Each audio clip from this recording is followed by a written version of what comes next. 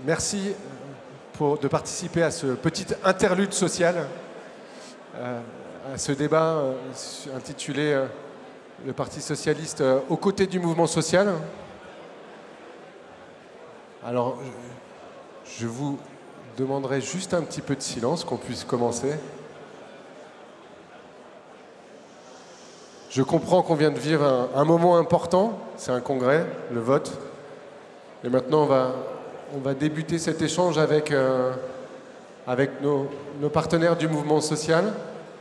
Donc, dans ce débat intitulé « Le Parti socialiste aux côtés du mouvement social », pas devant, pas à la place d'eux, c'est quand même important, un bon entendeur, salut, aux côtés du mouvement social, en soutien du mouvement social. Bien évidemment, le parti a eu l'occasion, lors de ce mandat, de prouver à maintes reprises qu'il était en soutien du mouvement social. Donc on va bien évidemment parler des mobilisations récentes, du mouvement social en tant que tel, mais je souhaiterais également qu'on aborde la question de ce que produit le mouvement social et ce que produit la complémentarité entre ce qui est la démocratie politique, avec sa légitimité, et la démocratie sociale, avec sa propre légitimité, ce qui, dans le cadre d'une social-démocratie, est ancré au cœur de nos pratiques. Je présente nos deux invités. Je vous demanderai vraiment, s'il vous plaît, de faire le silence, parce qu'il y a des gens qui essaient d'écouter le débat. Je comprends que vous ayez plein de choses à vous dire, mais on ne s'entend pas beaucoup ici. Je vous remercie. Nos deux invités, Estelle Kölmans, je l'ai dit correctement, députée européenne, SND, membre de la commission emploi, coordinatrice pour le groupe de la commission emploi, ancienne enseignante à l'Université libre de Bruxelles et ancienne militante à la FGTB. Tu as été responsable de la FGTB Bruxelles, notamment. Olivier Guivarch, que je connais bien, parce que on a écumé la même organisation il fut un temps, secrétaire national de la CFDT, libraire de métier et ancien secrétaire général de la Fédération des services. Donc tu es membre de la commission exécutive confédérale et notamment en charge des relations avec les partis politiques. Je vais vous donner la parole d'abord pour vous poser une première question sur vos combats du moment, l'actualité revendicative, comme on dit dans le jargon, et vos combats du moment à vos niveaux respectifs, qui sont syndicales pour toi, Olivier, et puis politique dorénavant pour toi, Estelle. Estelle, je te passe la parole. Merci. Mais tout d'abord, je vais me permettre, comme on le fait chez moi, de vous dire bonjour. Donc, bonjour, camarades. Voilà, donc merci effectivement de l'invitation à mettre le focus sur l'actualité sociale au niveau européen et du dialogue social, notamment au niveau européen aujourd'hui. Alors comment dire, l'Europe n'a pas vraiment l'actualité sociale en ligne de mire. On en parle plus de sécurité aujourd'hui, et c'est vrai, le contexte mondial nous oblige aussi à parler de sécurité, de défense, face notamment aux guerres économiques et aux guerres tout court qui se déroulent de plus en plus à nos frontières. Mais pour autant, la question évidemment de la sécurité interne de l'Europe est importante et essentielle. Et cette sécurité, elle vit et elle vivra uniquement sur les questions sociales. On doit aussi apporter plus de sécurité et des avancées sociales aussi au niveau européen, et notamment pour lutter contre la montée des partis d'extrême droite. Parce qu'on le sait que malheureusement, c'est sur ces questions-là et sur ces thèmes-là, et plus il y aura effectivement de citoyens européens qui se sentiront déclassés au niveau social et économique, malheureusement, plus ils ont tendance à se tourner vers les partis d'extrême droite. Donc on doit délivrer aussi au niveau social à l'Europe. Alors quelles sont les priorités sur lesquelles on se bat, en tout cas je me bats au sein de la Commission emploi et affaires sociales aujourd'hui? C'est d'abord d'avoir des textes réglementaires au niveau européen. Ce n'est pas simple. Pourquoi? Parce que, pas rentrer dans les détails, mais c'est vrai qu'au niveau européen, c'est la Commission européenne qui est seule à avoir l'initiative de textes réglementaires, mais nous allons nous battre. Parce que, effectivement, aujourd'hui, la Commission et la lettre de mission de notre commissaire à l'emploi ne prévoient aucun nouveau texte. En comparaison, sous la précédente législature, Nicolas Schmit, qui était le commissaire européen à l'emploi, avait au moins 6 textes réglementaires, notamment celui qui a permis d'aboutir à une directive pour la mise en place de salaire minimum au niveau européen, notamment celle qui encadre le travail de plateforme au niveau européen. Donc ici, il n'y a rien qui est prévu au niveau réglementaire. Pour autant, on se bat et on va se battre. Et les thèmes sur lesquels on veut effectivement avancer, c'est notamment tout ce qui est risques psychosociaux. Alors ça a l'air un peu abstrait, mais on sait que malheureusement, et de plus en plus, la pression au travail est là et engendre de plus en plus de mal-être au travail et de problèmes de santé mentale au travail. Et donc on veut une directive européenne, parce que même s'il y a dans différents États membres des réglementations qui visent à mieux justement encadrer ou en tout cas prévenir ces risques psychosociaux, ça n'existe pas au niveau européen. Or on sait qu'aujourd'hui malheureusement, un travailleur ou une travailleuse européenne sur deux a vraiment des problèmes de santé mentale au travail. Donc on veut, et je serai d'ailleurs rapportrice dans ma commission, on veut une directive sur les risques psychosociaux pour justement prévenir ces risques psychosociaux. C'est important aussi cette thématique par rapport aux femmes, parce que ne serait-ce que par rapport, enfin dans un pays comme le mien, en Belgique, on sait que plus de 70% des personnes qui sont en incapacité de travail pour des problèmes de dépression ou de burn-out sont des femmes, et que reconnaître en tout cas ou mieux combattre les risques psychosociaux, c'est véritablement aussi mieux combattre la pénibilité, notamment de l'emploi des femmes. Donc risques psychosociaux, mais nous voulons aussi une directive pour mieux encadrer l'intelligence artificielle sur le lieu de travail. On sait que c'est un défi énorme, que pour le moment, les règlements européens qui ont été pris, notamment le Digital Service Act et autres, ne prévoient rien, ou très peu en tout cas pour ce qui concerne le travail. Or, à quoi assiste-t-on aujourd'hui? Et pas que dans les entrepôts d'Amazon. On voit de plus en plus ce qu'on appelle du management par algorithme, et finalement ce sont les algorithmes qui dirigent les travailleurs, qui vont faire en sorte qu'ils seront engagés, qui vont régler leurs conditions de travail, qui vont les surveiller sur le travail, qui vont parfois d'ailleurs les licencier. Et pour le moment d'ailleurs on a dans la directive sur les travailleurs de plateforme un embryon au moins justement sur l'encadrement de cette intelligence artificielle et du management par algorithme, mais on veut ça pour tous les travailleurs. Alors on veut aussi, et c'est un point important et un point important pour moi, parce que comme tu l'as dit, je viens de Belgique et on vient d'assister notamment à la fermeture du site d'Audi en Belgique pour une délocalisation vers le Mexique. Mais on sait qu'ici c'est la même chose. Vous avez aussi ArcelorMittal et de plus en plus de travailleurs et de travailleuses qui sont victimes de restructuration parce qu'ils sont confrontés effectivement aussi à l'effet et à l'impact des grandes transitions, qu'elles soient numériques, qu'elles soient climatiques, auxquelles on doit faire face. Et donc il faut aussi mieux protéger les travailleurs et les travailleuses face à ces transitions, leur assurer par exemple un droit à la formation pour être sûr aussi de pouvoir muter vers d'autres formations tout au long de la vie. On veut aussi que mieux encadrer les restructurations et que s'il y en a, on limite aussi la casse au niveau des pertes d'emploi et qu'on s'assure aussi que les travailleurs qui perdent leur emploi aient au moins un revenu pendant toute cette période de restructuration vers un autre emploi. Donc voilà, de grands enjeux. Et les restructurations et la juste transition, c'est à nouveau vraiment un enjeu par rapport à la montée d'extrême droite, parce que, ou en Europe par rapport à des partis pro-Poutine ou pro-russes, parce que vraiment, si on laisse les travailleurs sur le côté, on sait malheureusement qu'ils risquent de se retourner vers ces partis.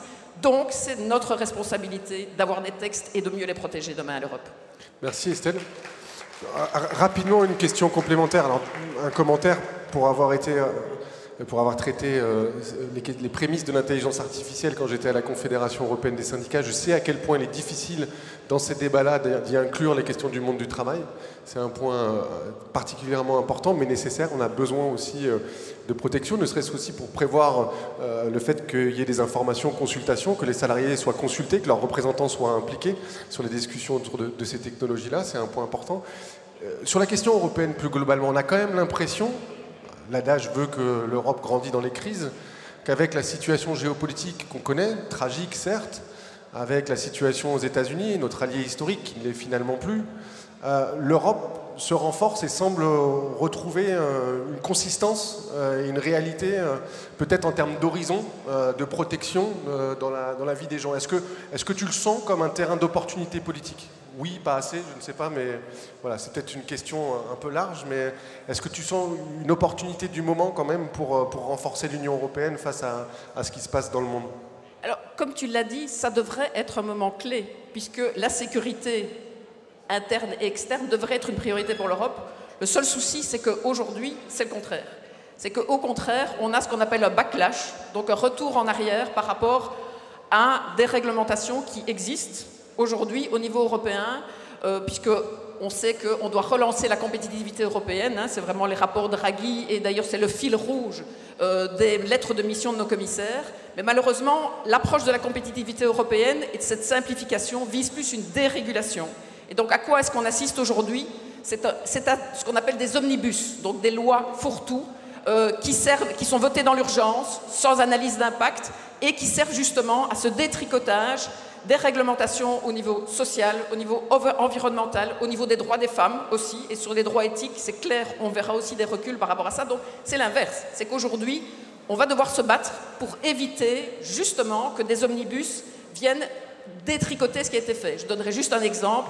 Le premier omnibus qui vient d'être adopté remet en question notamment ce qu'on appelle le devoir de vigilance. Donc ce devoir de vigilance qui vise à responsabiliser les entreprises qui mettent sur le marché nos smartphones avec des minerais de sang, qui vise justement aussi à responsabiliser les entreprises qui importent nos vêtements et qui malheureusement sont produits dans des conditions absolument épouvantables de l'autre côté de la planète. Et bien malheureusement cet omnibus aujourd'hui, alors que l'encre du texte n'est même pas encore sec, on est déjà en train de revenir dessus. Donc on est au contraire à un moment où plus que jamais, et justement pas dans un memento, mais en tout cas au niveau de la prise de conscience européenne, sur une plus grande défense du social et des travailleurs et des travailleuses au niveau européen. Donc il faudra se battre. Merci Estelle. Olivier, on revient en France sur vos combats du moment syndicaux à la CFDT. Bon, j'imagine qu'on va forcément parler des retraites, pas seulement, mais c'est un point important sur lequel effectivement on peut dire que le parti a été aux côtés du mouvement social et puis a mouillé le maillot, j'ai envie de dire, en offrant un débouché, certes incertain, avec le conclave. On pourra y revenir si tu le souhaites. Voilà, quelle est votre actualité revendicative, comme on dit à la Confédération? Bonjour à toutes et à tous. D'abord, merci pour cette invitation. Et donc j'enchaîne directement sur des sujets qui sont très franco-français, qui sont ceux qui mobilisent la CFDT, les travailleuses et les travailleurs. Mais je dirais quand même juste un mot, c'est que je ne retirerai pas une seule ligne de ce que vient de dire Estelle. La CFDT est très engagée pour une Europe sociale solidaire et nous faisons les mêmes constats. Et nous essayons de peser au sein de la Confédération européenne des syndicats et auprès du Parlement pour que les choses changent, aillent dans l'autre sens, pour une Europe qui se renforce et qui préserve surtout son modèle social. Donc vraiment, voilà, on est complètement en phase, évidemment, avec les propos d'Estelle. Alors, les sujets du moment, ça va être difficile de ne pas évoquer les retraites, puisque voilà, vous avez tous ça en tête. C'est assez particulier comme timing, parce que je vais vous parler des retraites en quelques mots, je ne vais pas pouvoir vous en parler beaucoup. On est samedi, il y a une dernière séance de négociation mardi, et donc les choses pourraient soit échouer, soit se formaliser par une forme de consensus, une sorte de protocole d'accord. On attend la fumée blanche.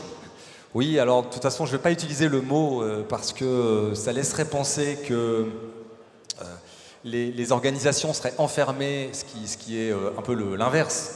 C'est-à-dire qu'on est au contraire très ouvert au débat dans la société et à ce qui se joue actuellement sur la question des retraites. Et donc, non, c'est pas vraiment un conclave, c'est bien une négociation, c'est bien des échanges paritaires entre les organisations patronales et les organisations syndicales, celles qui sont restées. La CFDT a souhaité rester jusqu'au bout, en essayant d'élargir quand même les sujets. Et puis, nous avons gardé nos 3 lignes directrices pour ces échanges. D'abord, des mesures sur l'âge pour corriger la réforme de 2023. Des mesures sur la pénibilité et des mesures pour les droits des femmes en combinant les 3, puisqu'il va falloir agir sur ces 3 volets de manière à améliorer une réforme que nous estimons injuste. Et je voudrais dire ici que ce qui se joue aussi dans cette négociation, c'est l'après. C'est-à-dire qu'un échec mardi aurait des conséquences sur les relations sociales dans notre pays, entre organisations patronales et syndicales, pour plusieurs mois. Et on ne sait absolument pas où ça peut nous mener. Et ce serait très dommageable pour les droits des travailleuses et des travailleurs. C'est pour ça que nous sommes très engagés dans cette négociation, dans un esprit de responsabilité, mais sans renier aucune de nos revendications et de nos objectifs dans cette négociation. Mais à l'heure où je vous parle, nous n'avons aucune capacité de donner une sortie possible, un atterrissage possible.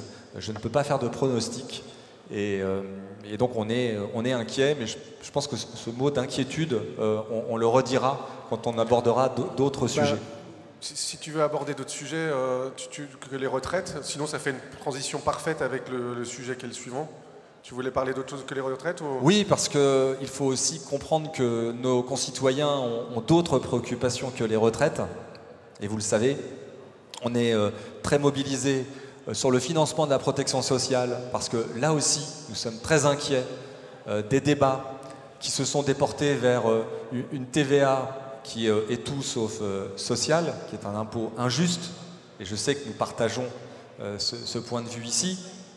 Et donc, il va falloir trouver d'autres moyens, d'autres recettes et discuter des dépenses, mais surtout discuter recettes en prévision du PLFSS et du PLF.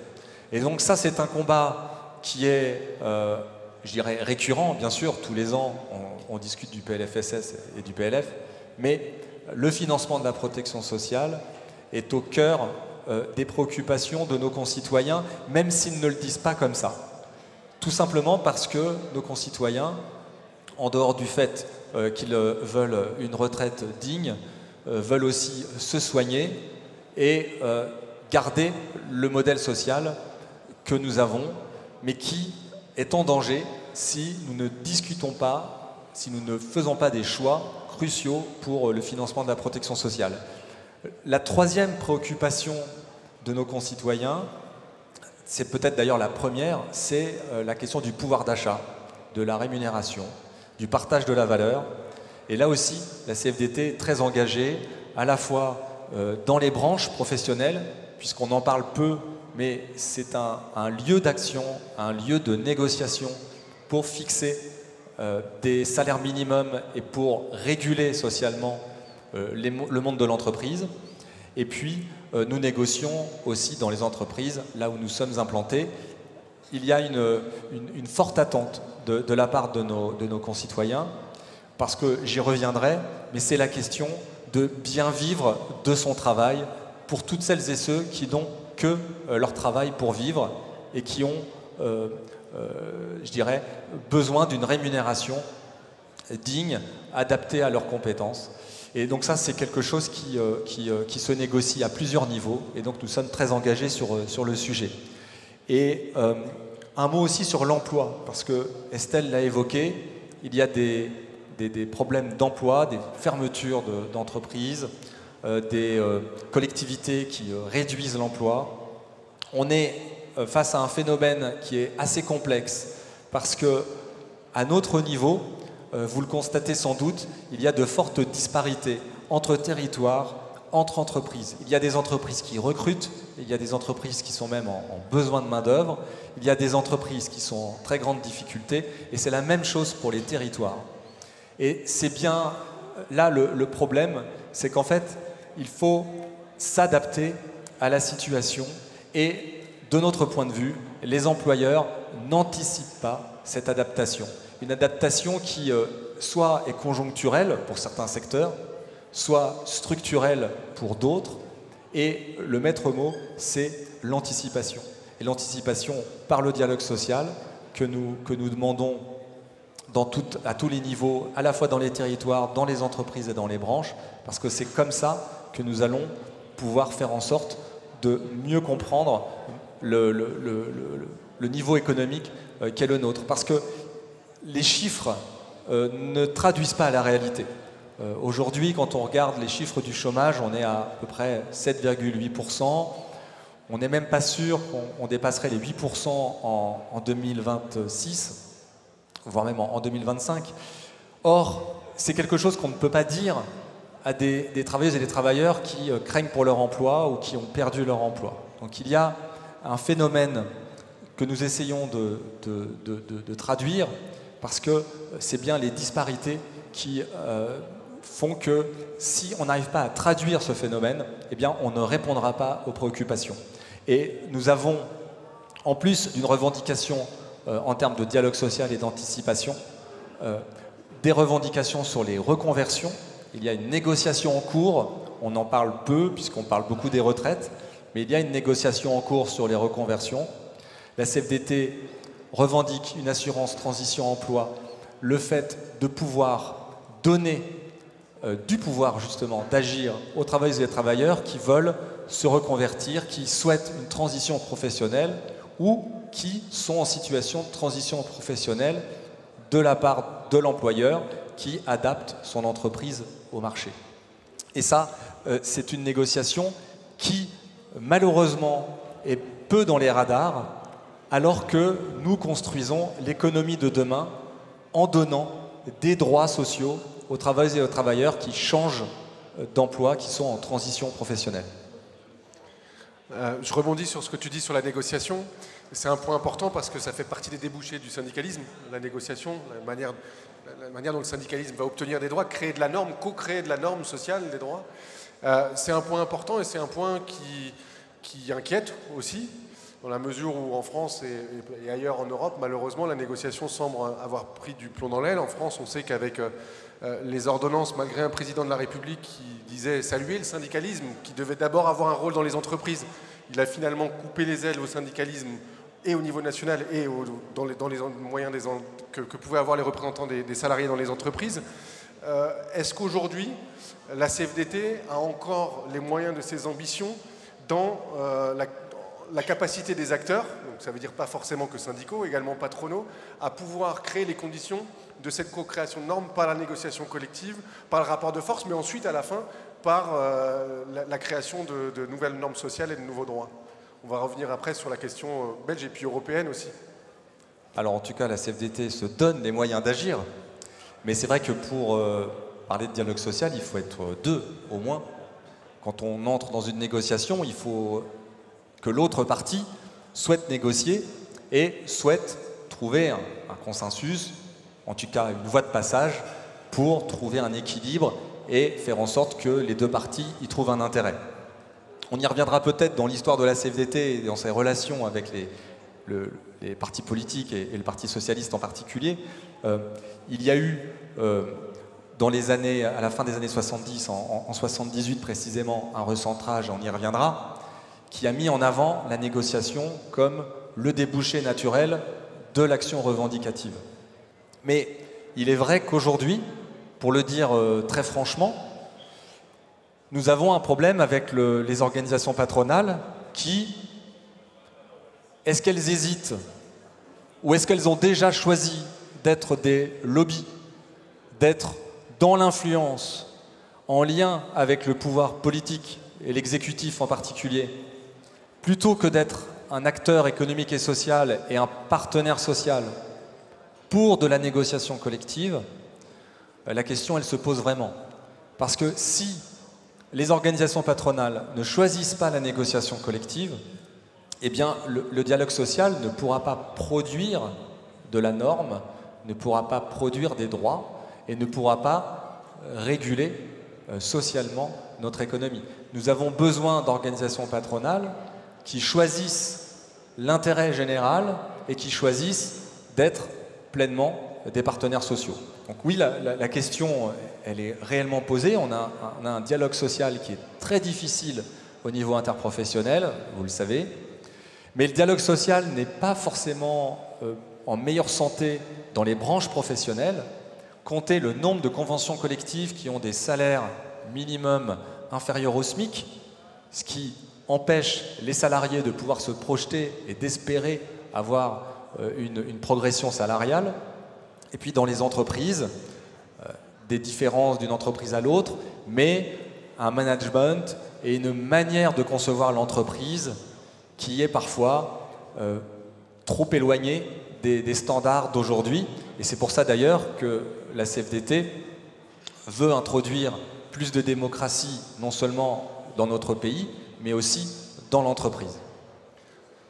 Estelle, même constat, même inquiétude en Belgique et au niveau européen sur la capacité, la santé de la concertation sociale, comme on l'appelle en Belgique?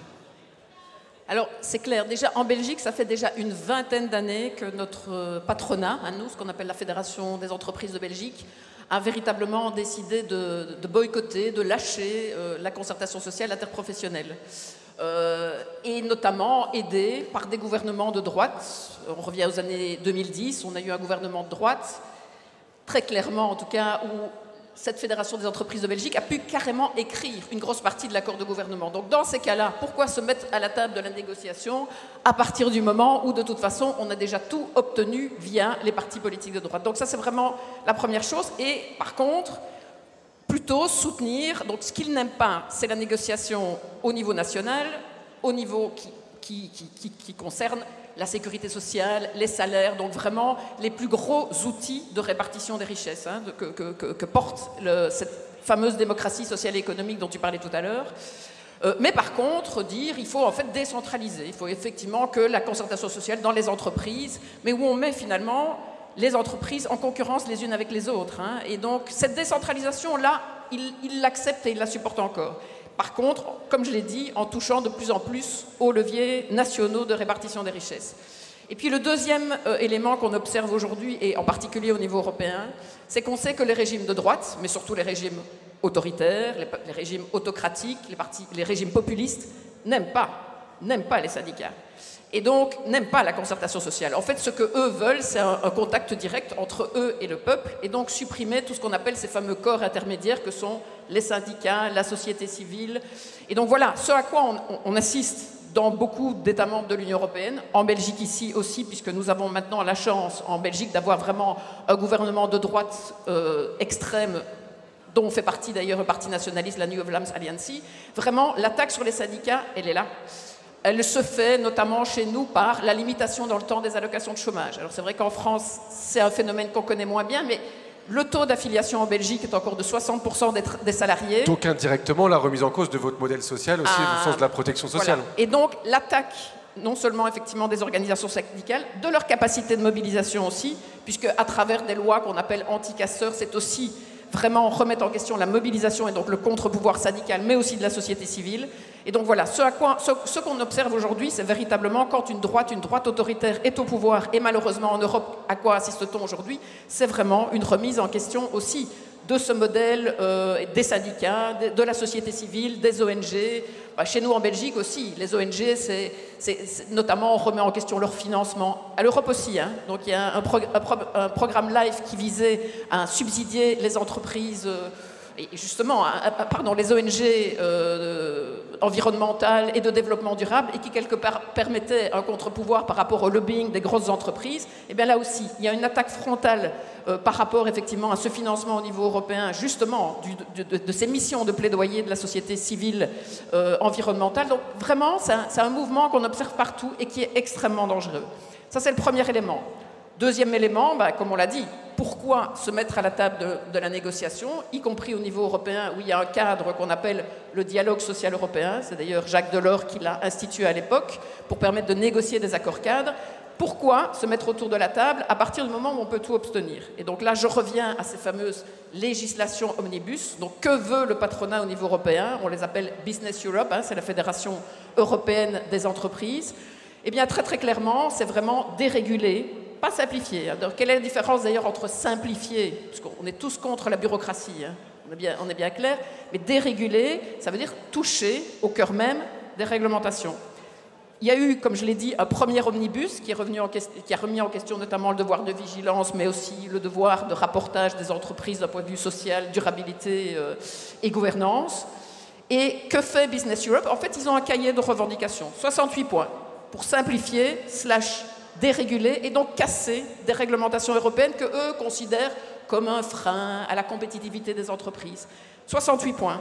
On peut être sûr que les prochaines réglementations omnibus qui vont revenir sur des réglementations européennes, on en prévoit un emploi d'ailleurs l'année prochaine, seront un copier-coller de ce cahier de revendications omnibus de Business Europe. Et donc voilà, donc on a un vrai problème aussi au niveau européen de cette concertation sociale. Alors, d'un autre côté, on ne lâche rien. C'est-à-dire que dans l'ensemble des directives dont j'ai parlé tout à l'heure, la transition juste, les risques psychosociaux, donc nous remettons, en tout cas dans la commission emploi, toujours et en avant la nécessité de la concertation sociale, la reconnaissance de la concertation sociale. Alors, pas que dans des mots, hein, parce que si on écoute même Mme van der Leyen, elle en a plein la bouche de cette concertation sociale, mais dans les faits, c'est autre chose.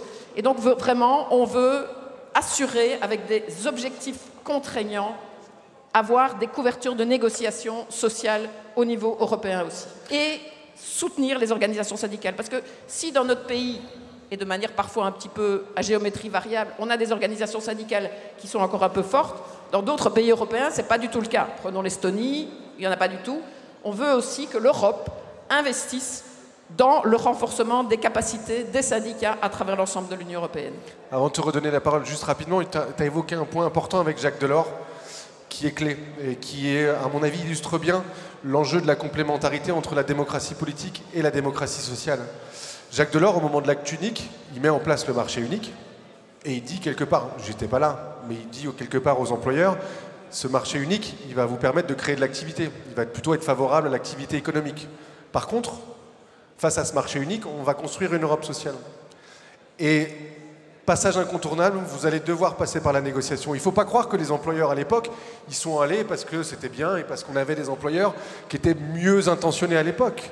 Ils avaient en face d'eux un pouvoir politique qui construisait une Europe sur deux jambes, économique et sociale, et qui les a obligés de passer par la case négociation. Et effectivement, là-dessus, l'impulsion du politique, dans ce qu'est la démocratie sociale aussi, elle est importante. Tu voulais rajouter quelque chose, Olivier? Oui, un autre exemple de l'impact du pouvoir politique sur les relations sociales, c'est l'assurance chômage. Aujourd'hui, on a une convention assurance chômage qui court jusqu'à 2028 et qui a été établie par les organisations patronales et la majorité des organisations syndicales. C'est très concret parce que ça touche à l'indemnisation des demandeurs d'emploi. Donc c'est vraiment très concret. C'est ce que touchent les salariés qui sont privés involontairement d'un emploi. Eh bien, cette convention, elle a été établie à la fin de l'année 2024, elle court jusqu'à 2028. Est-ce que les organisations patronales étaient favorables à l'idée de négocier l'assurance chômage en 2019? Non, parce que le pouvoir politique voulait reprendre la main dans le sens de leurs revendications et ils ont laissé le pouvoir politique agir par décret sur l'assurance chômage en fixant l'indemnisation. Et lorsque le pouvoir politique a dit en 2024 on préfère que les partenaires sociaux reprennent la main sur l'assurance chômage et établissent une convention, là on a trouvé des organisations patronales qui souhaitaient négocier. Donc ça prouve bien qu'on a besoin d'un pouvoir politique qui donne des moyens aux organisations syndicales pour gérer des régimes, mais pour aussi négocier les droits des travailleuses et des travailleurs à tous les niveaux. Merci Olivier. On va continuer un peu sur ce sujet-là parce que on peut effectivement faire le constat que un peu partout en Europe, en France, est regretté le fait que le dialogue social ne soit pas forcément dans la meilleure des postures. Imaginons un peu l'avenir. Est-ce que selon vous, il y a un enjeu à simplement relancer ce dialogue social et finalement à le faire tel qu'on le faisait jusqu'ici, dans la concertation sociale en Belgique ou au niveau européen? Ou est-ce que, vu les enjeux, et aussi peut-être parce que la société a évolué, parce que les aspirations, parce que le monde du travail a évolué, il y a un enjeu à repenser, à affirmer, à peut-être améliorer ce rapport, cette complémentarité entre la démocratie politique et la démocratie sociale? Déjà, ce serait intéressant de savoir comment ça fonctionne en Belgique aussi. Ce sera certainement inspirant. Voilà, relancer ou juste tout simplement recréer ou réimaginer le dialogue social? Les relations entre les partis et ou le dialogue social tel qu'on l'imagine dans l'avenir avec les organisations patronales? Si tu veux commencer par la relation avec les partis, je pense que c'est intéressant de pouvoir commencer par cet angle-là. Ça n'a pas toujours été un long fleuve tranquille, donc... Non, il y a toute une histoire. Par exemple, en 1974, au moment des assises du Parti socialiste, la première journée était présidée par le président de la CFDT, André Janson.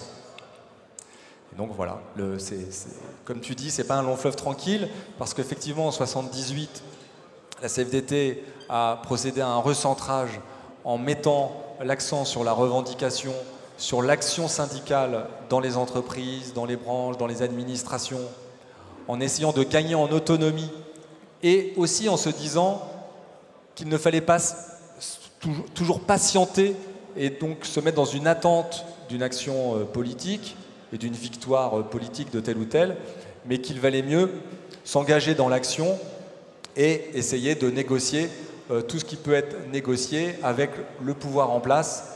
On est en 78, un an après la désunion de la gauche, et donc peu d'espoir à ce moment-là. Et ce recentrage, c'est un recentrage sur l'action syndicale, il faut bien le comprendre, mais nous avons besoin des politiques, comme je l'ai dit juste à l'instant, les politiques publiques concourent au même projet que la CFDT, en tout cas pour les partis qui veulent défendre notre démocratie, notre cohésion sociale, notre protection sociale, nos libertés.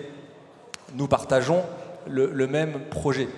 Et il y a, je dirais, deux manières dans les relations qu'on peut construire, deux manières d'agir. La première, c'est la reconnaissance. La reconnaissance, et je vais vous donner un exemple, c'est l'accord national interprofessionnel sur l'emploi des seniors. Cet accord doit être transposé dans la loi.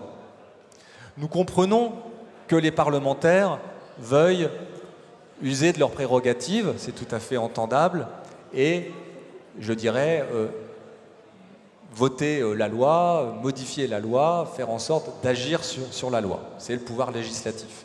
Mais quand on parle d'une transposition d'un accord majoritaire, du point de vue de la démocratie sociale et des organisations syndicales comme la mienne, nous souhaitons une transposition qui ne dénature pas le texte, qui le respecte, parce que nous avons trouvé un équilibre.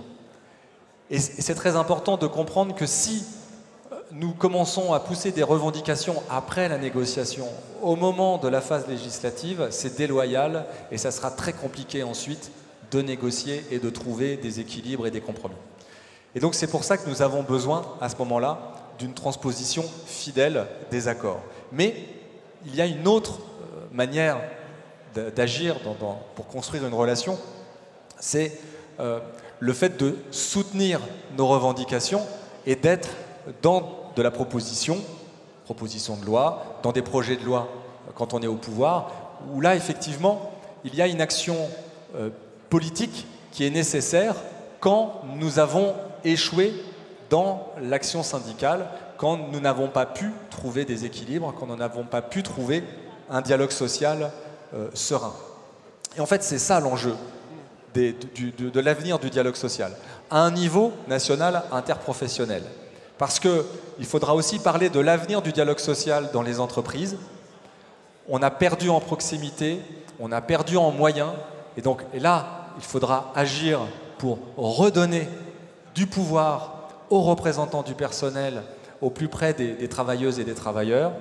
Et puis, il y a aussi beaucoup de choses à faire du côté des branches professionnelles pour qu'il y ait un peu plus de négociations. Merci Olivier, je pense que c'est intéressant ce que tu dis, parce qu'en creux, ce que tu dis aussi, c'est que notre modèle se cherche encore sur la complémentarité entre la démocratie politique et la démocratie sociale, et que nous qui sommes le parti de Jean Auroux, de Martine Aubry, de Jacques Delors au plan européen, peut-être que dans notre futur projet en gestation, on a pensé à comment parfaire cette relation entre la démocratie sociale et la démocratie politique, où je pense qu'il y a des nouveautés à apporter et on peut parfaire ce modèle qui se cherche encore. Estelle, on en parlait avant le débat, tu semblais dire, toi, que c'était un petit peu différent en Belgique et que la concertation sociale, encore aujourd'hui, on vous le souhaite pour longtemps, avait force de loi quand il y avait un accord qui était trouvé. Alors, je vais peut-être, parce qu'on parle effectivement des amours un peu compliqués entre le parti et le syndicat, quoique je suis peut-être le contre-exemple, parce que Le Parti socialiste belge a décidé d'envoyer une syndicaliste à l'Europe et il en faut, selon moi, des syndicalistes à l'Europe pour effectivement qu'ils viennent avec leur ADN. Et Mais pourtant, en Belgique, vous avez les piliers, je veux dire. Alors, la on a des mutuelle piliers... socialiste, le syndicat socialiste, le Parti socialiste. Voilà, on a encore ce qu'on appelle l'action commune qui est parfois un peu compliquée, où on se voit parfois pour se dire nos vérités. Donc, comme je dis, des histoires d'amour compliquées, mais il en faut. Et je veux dire, c'est le cas même au sein de toutes les familles, ou de tous les couples, y compris d'ailleurs, je pense, au sein de tous les partis, n'est-ce pas? Donc voilà, mais juste quand même rappeler le caractère essentiel de la concertation sociale. Moi, mon engagement politique et syndical, c'est la question d'une juste répartition des richesses. Cette fameuse concertation sociale, c'est le levier le plus puissant de répartition des richesses. Parce que qu'est-ce qu'on négocie? Tu l'as dit tout à l'heure, préoccupation première des Français, des Françaises, mais de tous les Européens et des Européennes, c'est la question du pouvoir d'achat. Donc, premier levier de négociation, c'est sur la question des salaires.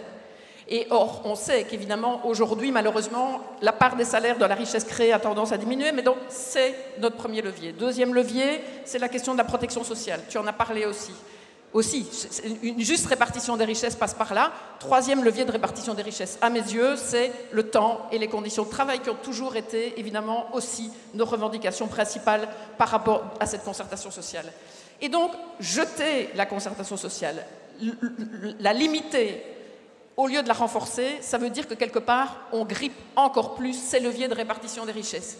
Et si on fait ça, on creuse évidemment les inégalités et les inégalités sociales. Or, les pays les plus inégalitaires sont les plus violents par nature. Alors violents de par les inégalités de richesse, ou les inégalités tout court, mais violents aussi d'un point de vue sociétal, de manière globale.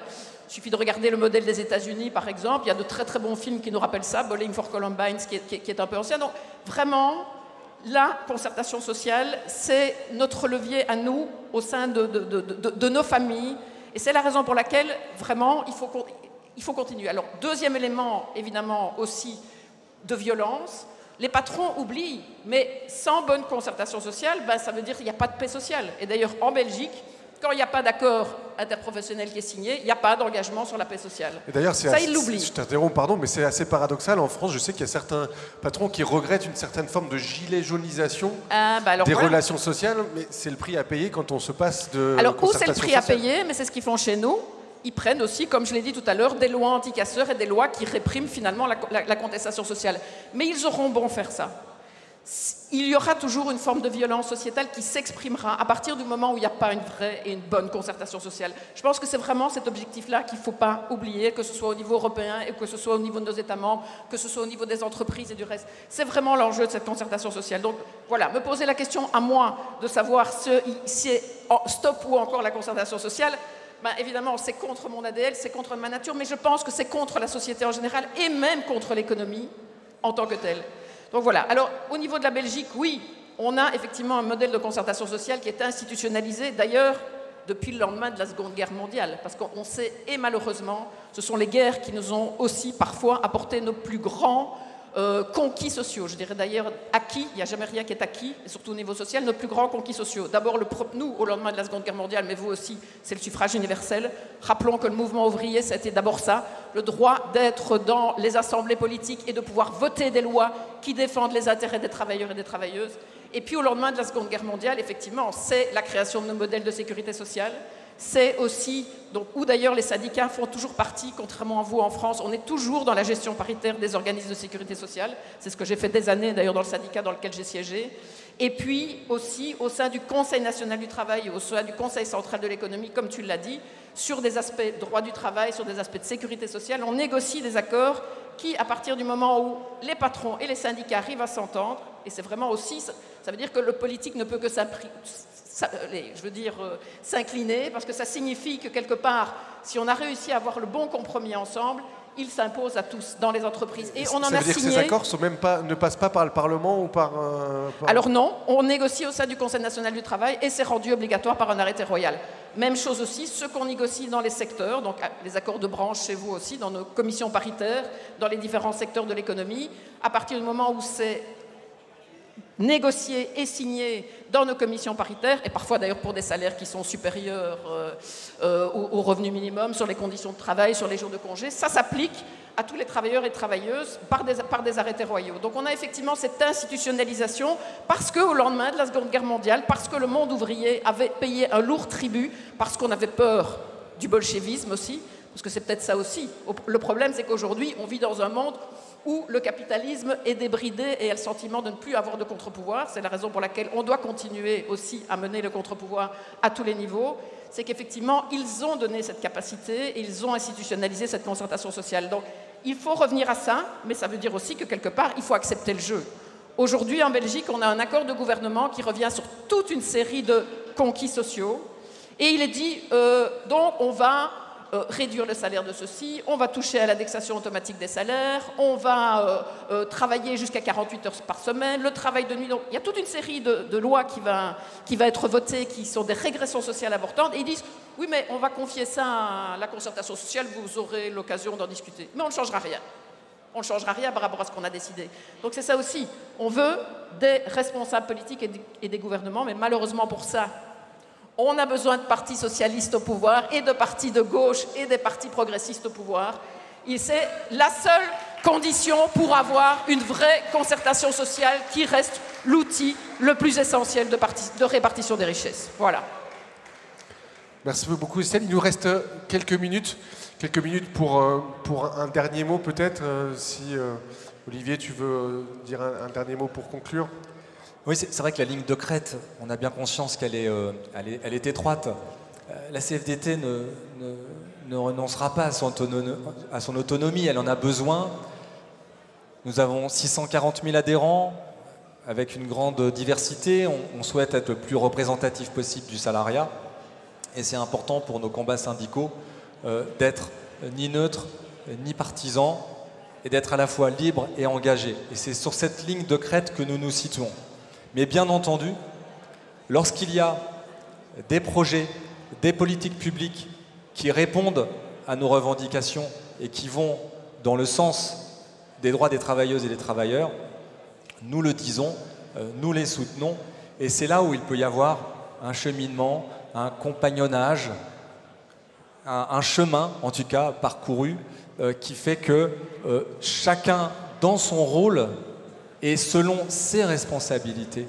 Et c'est ça qui est très important, c'est un peu le message, s'il fallait en retenir qu'un, c'est que partis politiques et organisations syndicales ont des rôles différents, des responsabilités différentes et des terrains d'action différents.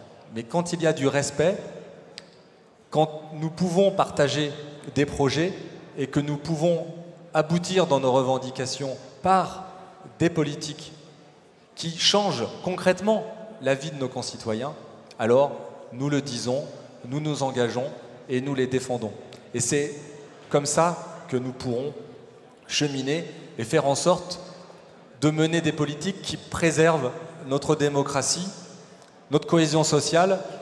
Je voudrais juste dire un mot, je l'ai peu évoqué, c'est la question de la menace des idées d'extrême droite qui progressent dans notre pays. Et notre organisation est très engagée contre la propagation des idées d'extrême droite et contre le parti, le Rassemblement national et ses satellites. Et nous sommes engagés délibérément et en toute transparence vis-à-vis de nos adhérents.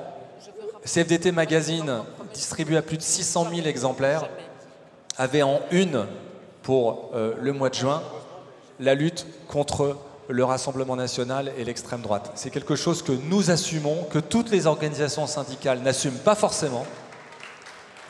Et je voudrais le dire ici parce que c'est une manière aussi d'illustrer le fait que, certes, nous ne nous rangeons pas derrière une bannière, nous n'avons pas de candidats aux élections politiques, certes, mais quand il y a l'essentiel à sauver, nous nous engageons et nous rappelons les fondamentaux. Et je voudrais dire aussi que une des manières de lutter contre la propagation des idées d'extrême droite, contre le Rassemblement national, contre des discours de haine, c'est de proposer un narratif positif, c'est d'apporter des solutions concrètes à des préoccupations concrètes de nos concitoyens, en les détournant du même coup des espèces de fantasmes et des passions tristes des partis d'extrême droite qui cherchent des boucs émissaires. Nous souhaitons proposer autre chose et c'est comme ça qu'on peut, de notre point de vue, changer les votes, en tout cas les orientations qui sont en cours, parce que là, il y a un véritable enjeu.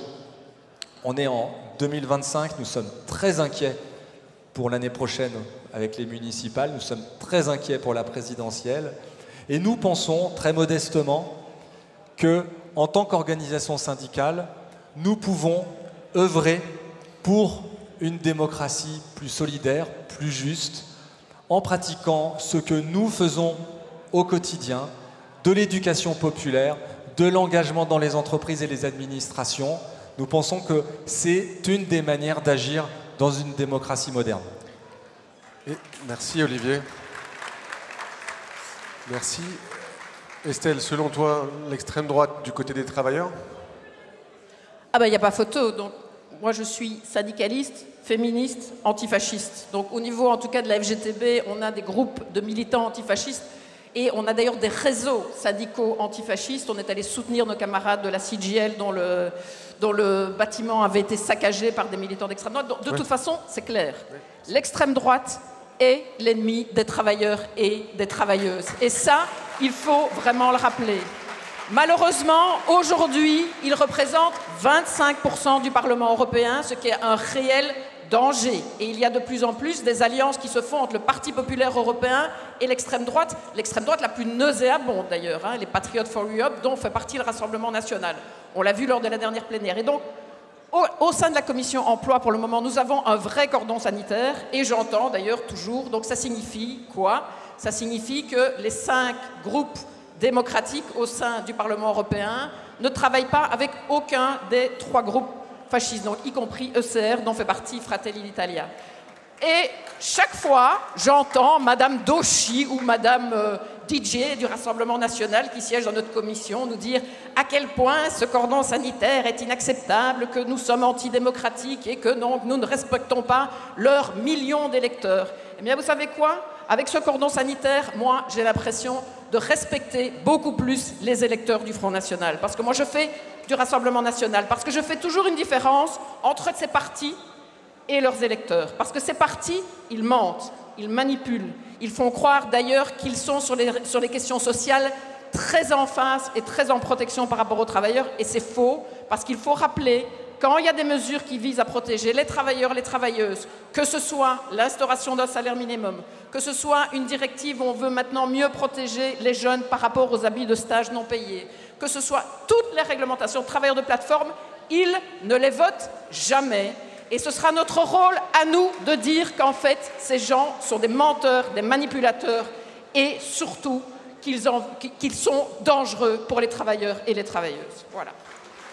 Merci beaucoup Estelle, merci beaucoup Olivier. Je vous demande d'applaudir très fort nos représentants du mouvement social qui ont toute leur place dans ce congrès. Merci d'être venus participer à ce débat et je rends tout de suite la parole, ce qui nous permettra de rattraper un peu de retard. Merci beaucoup Thibaut et merci à tous.